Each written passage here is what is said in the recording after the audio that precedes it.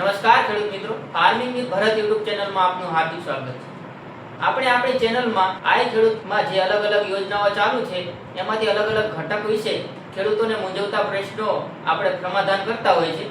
તો આપણી સાથે સહદેવસિંહ ચૌહાણ છે, જે ખેડૂતોને પ્રશ્નો ઉદ્ભવતા હોય એ આપણને પૂછશે અને આપણે એનો યથાયોગ્ય જવાબ આપવા પ્રયત્ન કરીશું. નમસ્કાર ખેડૂત મિત્રો, આગળના વિડીયોમાં આપણે જોયું કે અલગ અલગ ઘટકના જેમ કે મોબાઈલ છે કે કેવી રીતે ફોર્મ ભરવું, કેવી રીતે સહાય મેળવવી, એના વિશે આપણે માહિતી મેળવતા હોઈએ છીએ.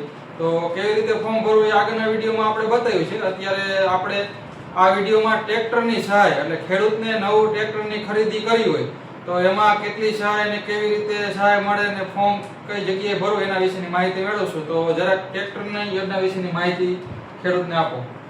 હાલ આઈ ખેડૂતમાં ટ્રેક્ટરની સહાય પણ ચાલુ છે, જેમાં આપણે આપણા મોબાઈલ દ્વારા અરજી કરી અને ટ્રેક્ટરની અરજી કરી અને સહાય મેળવી શકતા હોય છે. તો ટ્રેક્ટરમાં ખેડૂતને સહાય મેળવવા માટે કેટલી સહાય મળે એના વિશે જરાક માહિતી આપજો. ટ્રેક્ટરમાં જોવી તો 25% અથવા ખરીદી કિંમત જે હોય એના 25% અથવા 1 લાખ એમાંથી જે ઓછું હોય એ ખેડૂતને મળવા પાત્ર થતું હોય છે.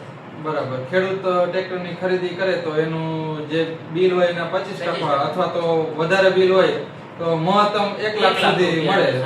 25% ઉપર હોય તો 1 લાખ સુધીની સહાય મળે.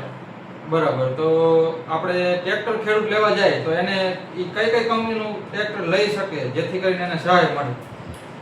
ટ્રેક્ટરમાં આઈ ખેડૂત ઉપર એમ કે આપણે જોવી તો કે કંપની ડીલર કરીને ઓપ્શન આવે, જેમાં અલગ અલગ ઘટક વાઇઝ અલગ અલગ કંપનીના કયા મોડલ આઈ ખેડૂત માન્ય છે, કયા કયા ડીલર પાસે મોડલ મળી રહેશે વગેરેની જેવી માહિતી આપણે આઈ ખેડૂત ઉપર જ મળી જતી હોય અને એમાં જોઈ અને આપણે ટ્રેક્ટરની પસંદગી કરી શકીએ.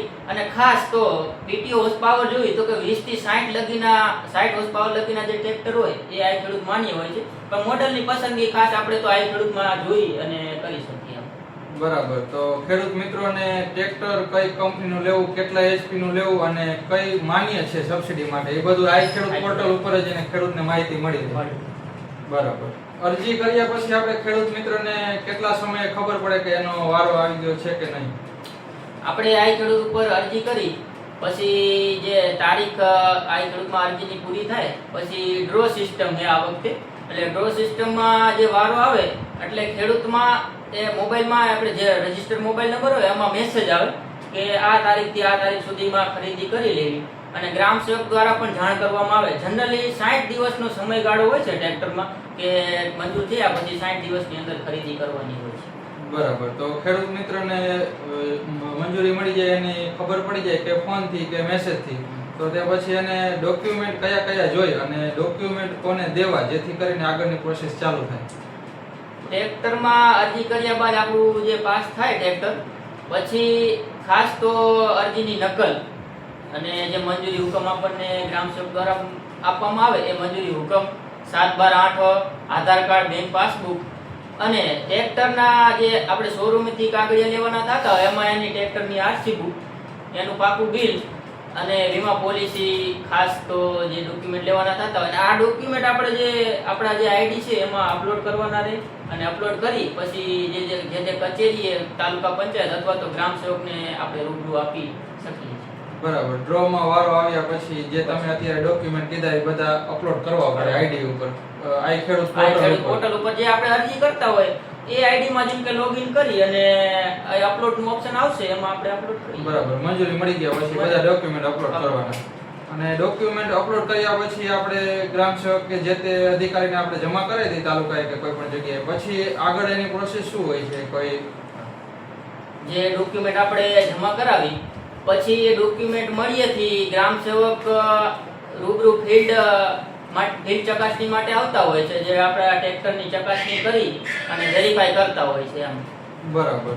તો આપણે ડોક્યુમેન્ટ જમા કર્યા પછી સ્થળ ઉપર ચકાસણી કરવા જે ગ્રામ સેવક, ખેતીવાડી અધિકારી જે ગ્રામ સેવક હોય એ આવે. બરાબર. અને સ્થળ ઉપર ચકાસણી કરવા આવે ત્યારે શું શું બાબત ધ્યાનમાં વધારે લેવા જેવી છે?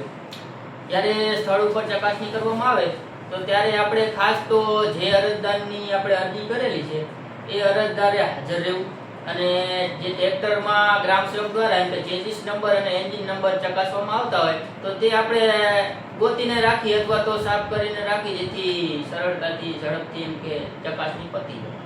બરાબર. તો જોયું ને ખેડૂત મિત્રો, આપણે ટ્રેક્ટર વિશેની માહિતી યોજનામાં કેવો લાભ મળે છે અને આગળ જતા એનું શું પ્રોસેસ કરવી એના વિશેની સંપૂર્ણ માહિતી આપી.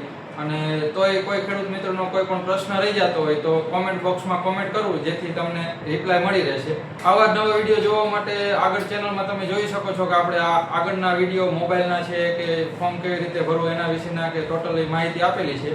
અને બીજા ઘટકોના કઈ રીતે આગળ આપણે સહાય મેળવવી અને કેવા ડોક્યુમેન્ટ જોશે શું કરવું એના વિશેની માહિતી આપણે આપતા રહીશું. તો આગળની ચર્ચા આપણે ભરતભાઈ કરશે. હા, તો આ જે આઈ ખેડૂતના અલગ અલગ ઘટક વિશે આપણે આપણી ચેનલમાં માહિતી આપતા હોય છે. તો આ ઘટક વિશે જે આપણને ખેડૂતોને મૂંઝવતા પ્રશ્નો આપણે લેતા હોય છે, એના પ્રશ્નોનો જવાબ મેળવવા માટે અમારી ચેનલને સબસ્ક્રાઇબ કરો અને અમારી ચેનલ સાથે જોડ્યા રહો, જેથી આવા પ્રશ્નોના જવાબ તમને મળી રહે.